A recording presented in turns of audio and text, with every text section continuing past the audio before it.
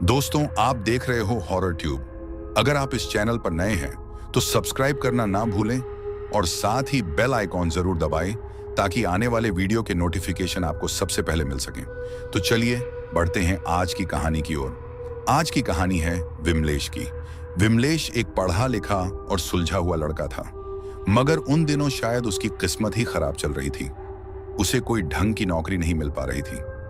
एक शाम विमलेश अपने मामा के साथ टहल रहा था कि उसके मामा ने कहा, विमलेश, अब क्या ऑटो चला सकते हो?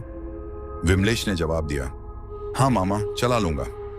फिर क्या था, एक महीने के अंदर ही उसके मामा ने ऑटो खरीदकर विमलेश को दे दिया। अब विमलेश ऑटो ड्राइवर बन चुका था। उसका काम भी अच्छा चलने लगा था। एक शाम विमलेश को नवा गांव की सवारी मिली। वह सवारी को छोड़कर वापस लौट ही रहा था कि रास्ते में एक लड़की ऑटो रोकने का इशारा करती दिखाई दी। विमलेश ने ऑटो साइड में रोका। जैसे ही उसने उस लड़की को देखा, वह कुछ पल के लिए खो सा गया। आखिर वह लड़की बेहद खूबसूरत जो थी। लड़की बोली, मुझे आगे चौराहे तक ही जाना है। चौराहा वहां से लगभग 10 मिनट की दूरी पर था। वह लड़की ऑटो में बैठ गई। 10 मिनट बाद वे चौराहे पर पहुंच गए। लड़की ने कहा, बस ऑटो यहीं रोक दो। वह ऑटो से उतरी और विमलेश को 1000 रुपये का एक नोट दिया, जिस पर लाल ठप्पा लगा हुआ था, बिल्कुल खून जैसा। विमलेश ने हैरानी से उस नोट को देखा और कहा, मेरे पास 1000 का खुल्ला नहीं है, आप फिर कभी दे देना। यह कहकर विमलेश वहां से निकल जाता है। लेकिन अब तक उस लड़की ने विमलेश के दिल और दिमाग पर जैसे कब्जा कर लिया था। घर पहुंचने के बाद भी उसका चेहरा बार बार उसकी आंखों के सामने आ रहा था।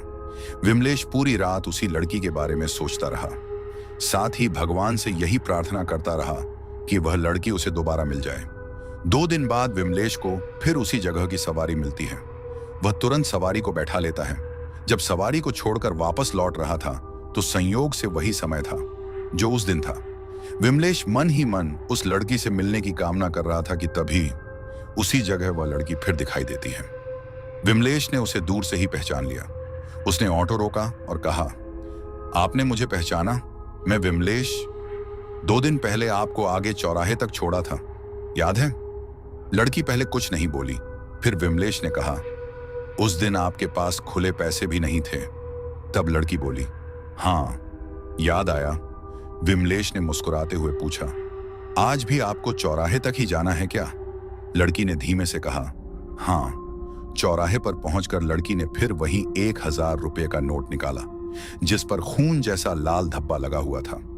नोट देखकर विमलेश बोला, अभी तक इस नोट का खुल्ला नहीं हुआ।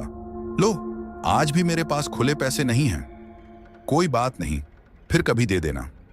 यह कहकर विमलेश वहां से चला गया। घर लौटते समय वह बहुत खुश था। आखिर भगवान ने उसकी सुन ली थी। विमलेश ने मन ही मन फैसला कर लिया, अगर तीसरी बार वह लड़की मिली तो वह अपने दिल की बात कह देगा। अगले ही दिन विमलेश ठीक उसी समय उस जगह पहुंच जाता है।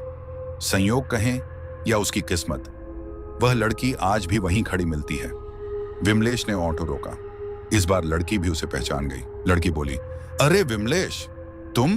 विमलेश मुस्कुराकर बोला, हाँ, आज भी कहीं छोड़ना है क्या? लड़की ने कहा, जी हाँ। विमलेश ने ऑटो स्टार्ट किया। कुछ देर बाद हिम्मत जुटाकर वह बोला, आपसे कुछ कहना चाहता हूं, अगर बुरा न माने तो। लड़की ने कहा, हाँ कहो ना, क्या बात है? विमलेश हिचकिचाते हुए बोला, आप मुझे बहुत अच्छी लगती हो, क्या मैं भी आपको अच्छा लगता हूं? लड़की कुछ जवाब दे पाती उससे पहले ही एक तेज रफ्तार ट्रक ने ऑटो को टक्कर मार दी। चारों तरफ अफरा तफरी मच गई। थोड़ी ही देर में एम्बुलेंस वहां पहुंच गई। विमलेश को अस्पताल ले जाया गया। उसकी हालत बेहद गंभीर थी। डॉक्टर ने घर वालों से साफ कह दिया, अब इनके पास ज्यादा वक्त नहीं है, आप मिल सकते हैं। घर वाले जब विमलेश से मिलने पहुंचे तो उसने सबसे पहला सवाल किया, वो लड़की कहाँ है? वो ठीक तो है ना? घर वालों ने हैरानी से पूछा, कौन सी लड़की? विमलेश ने धीमी आवाज में कहा, वो जो मेरे ऑटो में बैठी थी। इतना कहते ही उसकी हालत और बिगड़ गई। कुछ ही देर बाद डॉक्टर ने आकर कहा, हमें अफसोस है, विमलेश अब इस दुनिया में नहीं रहा। घर में मातम छा गया। तभी विमलेश के मामा ने डॉक्टर से पूछा, डॉक्टर साहब, वो किस लड़की की बात कर रहा था? डॉक्टर हैरानी से बोला, कौन सी लड़की? एक्सीडेंट वाली जगह पर, हमें तो वो अकेला ही मिला था। दोस्तों, आखिर कौन थी वो लड़की जो हर बार विमलेश के ऑटो में बैठती थी